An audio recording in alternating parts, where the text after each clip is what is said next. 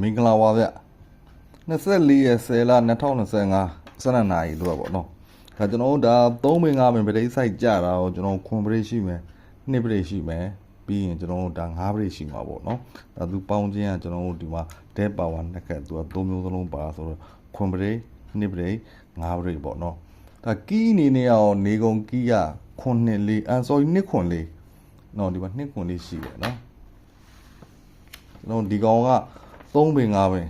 နော်ဒီကောင်ကကျွန်တော်3ပင်5ပင်ဒါထိပ်စည်းဆိုင်ကျွန်တော်အပိတ်ဆိုင်ပေါ့နော်4 9နဲ့381နော်အကွက်နဲ့ဆန်းနေတဲ့မိတ်ဆွေတွေဒါဒီကောင်လေးဆန်းလို့ရတယ်နောက်4ပင်3ကက်ကဒါ305ခွန်ထိပ်94ခွန်အပိတ်ပေါ့နော်ဒါအကွက်နဲ့ဆန်းနေတဲ့မိတ်ဆွေတွေက39 304 39ခွန်5954 5ခွန်ပေါ့နော်ဆိုတော့ကျွန်တော်လောလောဆယ်ရော short ကသူ10မိနစ်ဆိုတော့じゃဒီကောင်လေးကို10မိနစ်အတွင်းပြောရတာပေါ့ကျေးဇူးတင်ပါတယ်ဗျ